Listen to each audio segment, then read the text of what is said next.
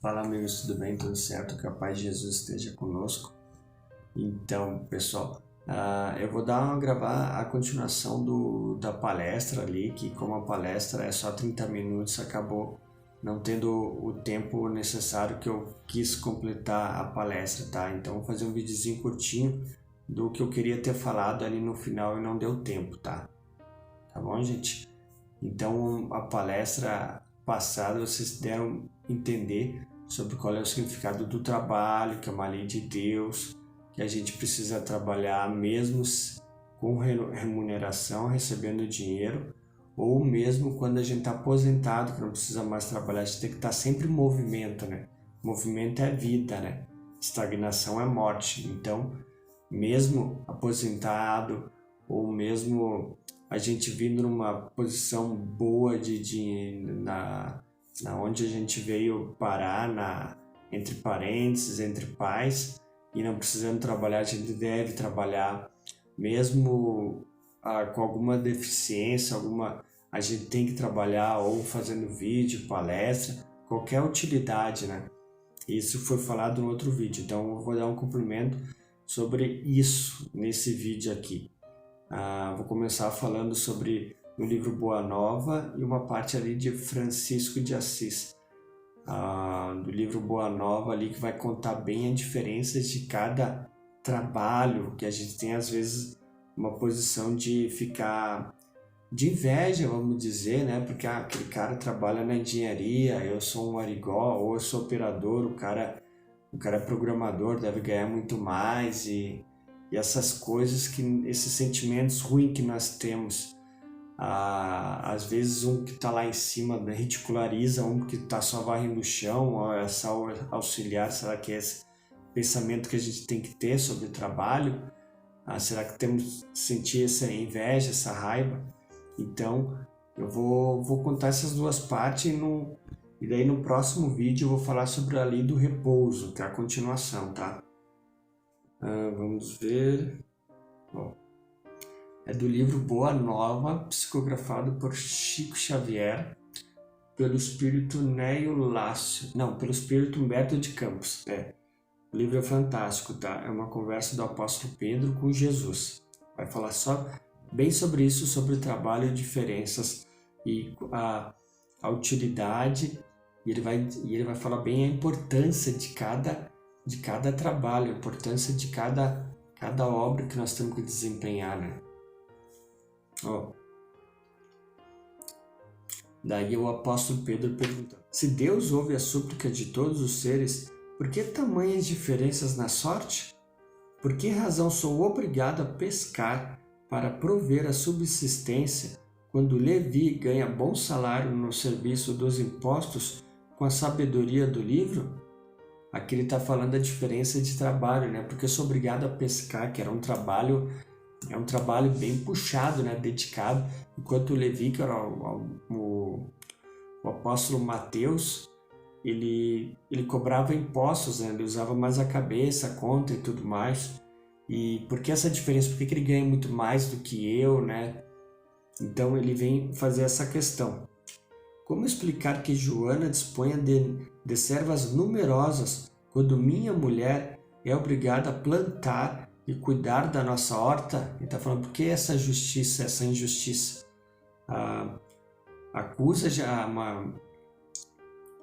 A Joana de Cusa, ela já vem numa posição melhor do que ele, nasceu numa família mais de posse, e ela tinha servas. Ela tinha servas que auxiliavam ela. Porque ela nasce nessa posição e a mulher dele tem que fazer todos os afazeres de casa, não tem serva, vamos dizer, né? Jesus ouviu atento essas suas palavras e retrucou: Pedro, precisamos não esquecer que o mundo pertence a Deus. O mundo pertence a Deus. E que todos somos seus servidores, todos somos, desde o operador, o simples servo até o nível mais alto dos empregos, vamos dizer, que temos. Os trabalhos variam conforme a capacidade do nosso esforço. Conforme a capacidade do nosso esforço. A gente pode estudar, fazer faculdade e ter um cargo melhor. Conforme a nossa dedicação. Se eu for trabalhar e só fazer o beabá, eu vou continuar fazendo o beabá, mas se eu me esforçar, me mostrar vontade, eu vou conseguir promoções. Os trabalhos variam conforme a capacidade do nosso esforço. Hoje pescas, amanhã pregará a palavra divina do Evangelho, engrandecendo o apóstolo Pedro. Todo trabalho honesto é de Deus. Todo trabalho honesto é de Deus. Quem escreve com a sabedoria dos pergaminhos não é maior do que aquele que traça a leira laboriosa e fértil com a sabedoria da terra. O escriba sincero que cuida dos dispositivos da lei é irmão do lavrador bem-intencionado que cuida do sustento da vida. Um cultiva as flores do pensamento, outros a do trigal que o pai protege e abençoa. Achas que uma casa estaria completa sem as mãos abnegadas que lhe varrem os detritos? Se todos os filhos de Deus se dispusessem a cobrar impostos, quem os pagaria? Vês, portanto, que antes de qualquer consideração é preciso santificar todo o trabalho útil. Como quem sabe que o mundo é a morada de Deus? Já pensaste que se a tua esposa cuida das plantas da tua horta, Joana de Cusa educa suas servas? A qual das duas cabe responsabilidade maior? A tua mulher que cultiva os legumes ou a nossa irmã que tem algumas filhas de Deus sob sua proteção? Então aqui ele está falando quem que tu acha que Deus irá mais cobrar? Quem tu acha que Deus tem mais responsabilidade e quem tu acha que Deus irá cobrar caso se falha nessa missão? Porque ela está responsável de várias servas. E se ela tratar ruim essas servas, se elas não forem boas com essas servas, Deus irá cobrar o que fizesse das servas que eu te confiei. Enquanto a outra só tem que cuidar dos afazeres dentro de casa. A gente tem que cuidar da inveja, né? Quem poderá garantir que Joana tenha essa responsabilidade por toda a vida a um grau de hierarquia, de autoridade? Tu me deste, tu me tiraste, louvado seja o Senhor. O caso de Jonas, né? Me deste saúde, tu me tirou, deu autoridade, tu me tirou, deu riqueza, tu me tirou. Tem aquela passagem de Jesus lá, quando ele foi levado para Pôncio Pilatos, e Jesus fala, e o Pôncio Pilatos fala, não sabes que eu tenho autoridade para te matar, como eu tenho autoridade para te deixar livre, uma coisa assim. Daí Jesus fala, tu não teria essa autoridade se de lá de cima não te fosse dado. Então a gente tem que ter responsabilidade de cada cargo que a gente tem. O cara que ganha muito mais que nós, ele ganha mais que nós, mas ele tem mais responsabilidade para isso. No mundo há grandes generais que, apesar das suas vitórias, passam também pelas duras experiências de seus soldados, falando dos chefes, dos líderes. Assim, Pedro, precisamos considerar em definitivo que somos filhos e servos de Deus, antes de qualquer outro título convencional dentro da vida humana. Todos somos servos de Deus. Independente de qualquer cargo que nós temos, nós estamos trabalhando para Ele. O apóstolo Paulo falou, servindo como se fosse ao Senhor e não para os homens.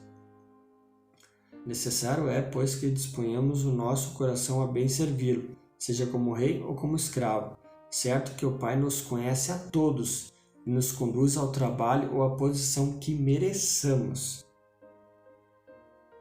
Tá entendendo? Então daqui a pouco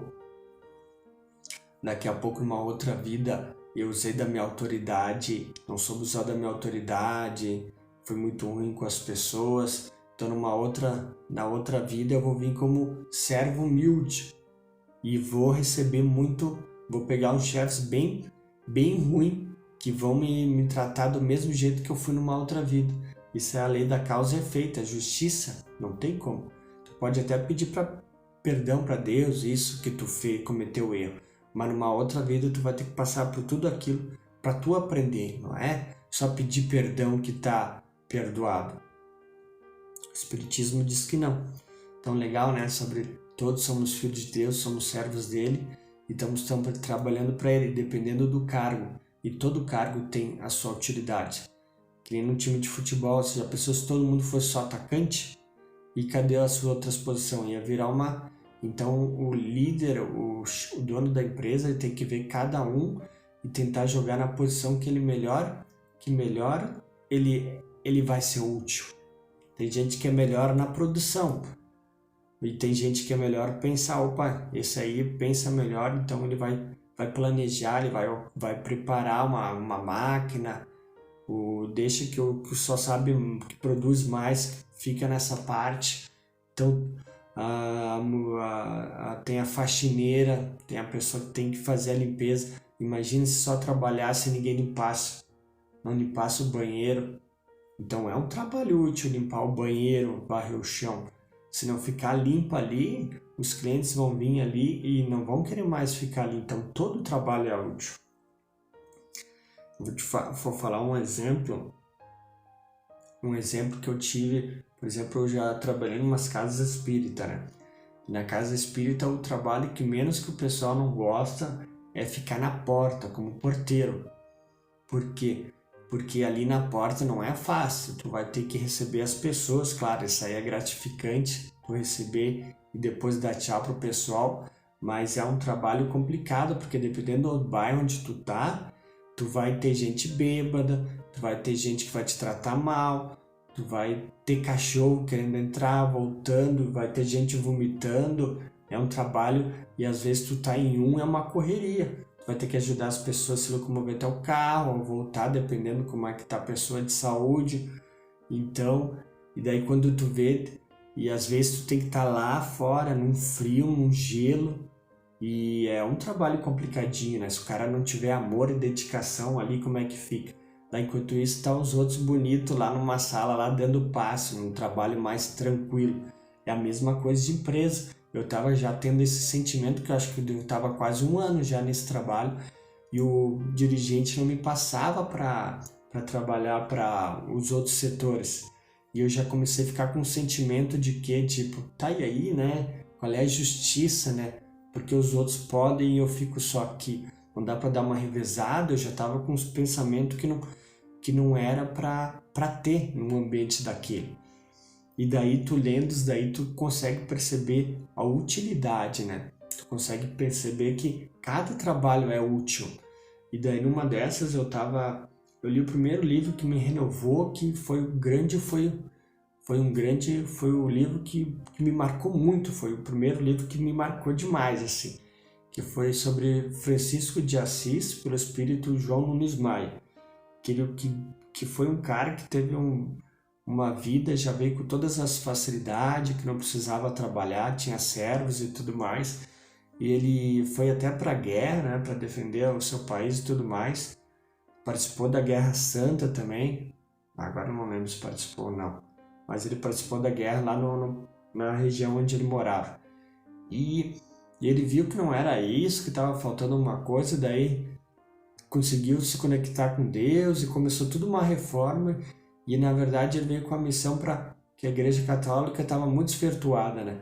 Então ele veio para mostrar como Jesus, que ele veio trabalhar como Jesus trabalhou na época dele. Então ele se fez de mais humilde, renegou tudo o dinheiro, as riquezas e foi lá amparar todo mundo onde estavam os pobres, os relegados da região. Então, resumindo, teve uma parte que ele estava trabalhando, já estava com os discípulos dele, e ele foi até lá o Papa, eu acho, para conseguir tentar parar a Guerra Santa. Numa dessas caminhadas, junto com os discípulos dele, fazendo um resumo, né, ele foi parar numa estalagem, num português, num casal. E eles deram um pouso para ele, não sei quantos dias ficaram, e eles perceberam que o Francisco de Assis e os seus discípulos estavam lavando a louça, varrendo o chão, secando, organizando aqui enquanto ficavam ali. E a mulher ficou, pô, mano, Francisco de Assis, nossa, não precisa fazer nada, pode deixar que o maior orgulho, né? Eu fazer tudo isso por vocês, eu não precisa, sabe, essa coisa de mãe, essa coisa de amor e tudo mais. E o Francisco de Assis fala bem assim, ó, olha só, isso aqui me marcou até hoje, eu já falei em algumas palestras. Olha a importância do significado do trabalho, tá? Sobre servir, sobre ser útil. Senhora, Senhora, Francisco de Assis fala, Senhora, os teus sentimentos estão iluminados pelo amor de Deus. Sentindo o amor dela falando, né? No entanto, quero que todos desta casa saibam que o trabalho para nós é força, que alivia a consciência e desata a alegria presa no coração. Saiba dessa casa que o trabalho para nós é força, que alivia a consciência, sei lá, dos pecados que tu já fez, alguma coisa que tu fez, e desata a alegria presa no coração. Quem ainda é triste, tem depressão e tudo mais, está sentindo um vazio, a alegria está aqui, está presa no coração, através do trabalho de ser útil ao próximo, de servir. O primeiro dever do homem deve ser o trabalho, que com amor é a oração das mais festejadas pelos anjos do céu. Quem não trabalha com alegria não sente a manifestação da vida e não tem oportunidade de conhecer o Criador, que não por um instante é Jesus Cristo, que opera sempre em nós e fora de nós. Nós te pedimos por caridade, que nos deixe trabalhar na cozinha e na limpeza desta casa, cujas portas foram abertas para nós e a fraternidade nos acolheu como filhos de Deus. Quem não trabalha com alegria não sente a manifestação da vida. É importante trabalhar, trocar essa palavra de trabalho como servir. Tu vai trabalhar na empresa, mas tu trabalha na posição de servir. Precisa de alguma coisa? Não, tamo aí. Vem, eu vou servir aqui. Essa coisa de alegria, fazer mais que o combinado. Não só fazer o beabá, vou varrer o chão, vou limpar a máquina. Dependendo da posição onde tu tá, é fazer algo mais que o combinado. Essa alegria de servir, de ser útil. Não fazer lá brabo, com raiva. Então, depois desses ensinamentos, eu cheguei e falei pro dirigente, pode deixar bem tranquilo, eu tava com sentimentos meio assim por estar tanto tempo aqui e não ter esse rodízio, né? Mas depois desse livro que eu li, eu entendi o real significado do trabalho, de ser útil, de servir, independente da posição que tiver. Então, se quiser me deixar sempre aqui, varrendo o chão, qualquer coisa, não me deixar lá, não tem importância. Eu finalmente percebi o real sentimento, o significado de trabalhar e de servir, não querendo se engrandecer. Daí ele conversou comigo e acabou me passando pros passes, né? Mas estão entendendo, né? A posição de servir de útil, independente do lugar que for. Servindo como se fosse ao Senhor e não aos homens. E eu fiz uma palestra de devotamento e abnegação e fala bem sobre isso, sabe? Sobre trabalho.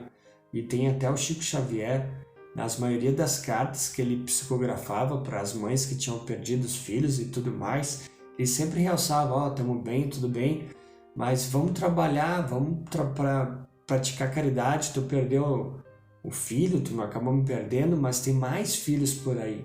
Tem um monte de filhos procurando uma mãe, um pai. Então vamos trabalhar por eles, vamos nesses lugares onde acolhe criança e pensa que sou eu ali e beneficia as crianças ali. A mesma coisa as pessoas que perdiam os pais, as mães que ficavam revoltadas. Olha o tanto lugar de idoso que tem ali, só procurando um filho ali e tu fica todo revoltado pela situação que aconteceu. O que Jesus falou? Quem quiser vir após mim, negue-se a si mesmo, tome a sua cruz e siga-me. Pois quem quiser ganhar a sua vida, perderá. E quem por causa de mim deixar pai, mãe, filhos, irmãos, irmãs, por causa de mim do Evangelho, receberá muito pai, mãe, filhos, irmãos, irmãs. Estão entendendo? É fraternidade. Somos todos filhos de Deus. Somos todos irmãos. Numa casa espírita tem um monte de gente. Eu tenho vários irmãos, várias irmãs, dependendo da idade da minha mãe, tem várias mães, vários pais. Estão entendendo? Tem esse apego, esse egoísmo só da família, mas não é assim. O que Jesus falou lá para a mãe dele quando morreu, antes de desencarnar? Olhou para o João, que era um dos discípulos dele, o mais novo, e falou: ei João, eis aí a tua mãe. E falou para a mãe, eis aí o teu filho. Tá entendendo? Tava chorando porque tinha perdido Jesus, né, que é o filho dele, ia morrer. E ele fala para a mãe: tá aí o teu filho, tem mais filho, não só sou eu. e falou pro apóstolo João também, ó, tá aí a tua mãe, vou te dar a minha mãe ali. Tô entendendo a fraternidade? Então isso que eu queria falar sobre o trabalho, tá? Essa é a parte 2, para fechar sobre a lei do trabalho, 674 a 685, a continuidade da palestra. E o próximo vídeo é a continuação, que é a pergunta 682 a 685, que é a lei do repouso, tá? Então, eu vou gravar logo e depois eu posto ali, tá? Espero que tenham gostado desse vídeo aqui. É bem importante sobre o significado do trabalho, sobre o serviço, sobre ser útil, trabalhar com alegria, com amor no coração. E é isso aí, quem puder ajudar compartilhando o vídeo, né, dando seu like, se inscrevendo no meu canal, estará ajudando a divulgação da doutrina espírita, do cristianismo rede vivo, que é a doutrina espírita. E é isso aí, com a paz de Jesus, namastê, paz e bem e até a próxima.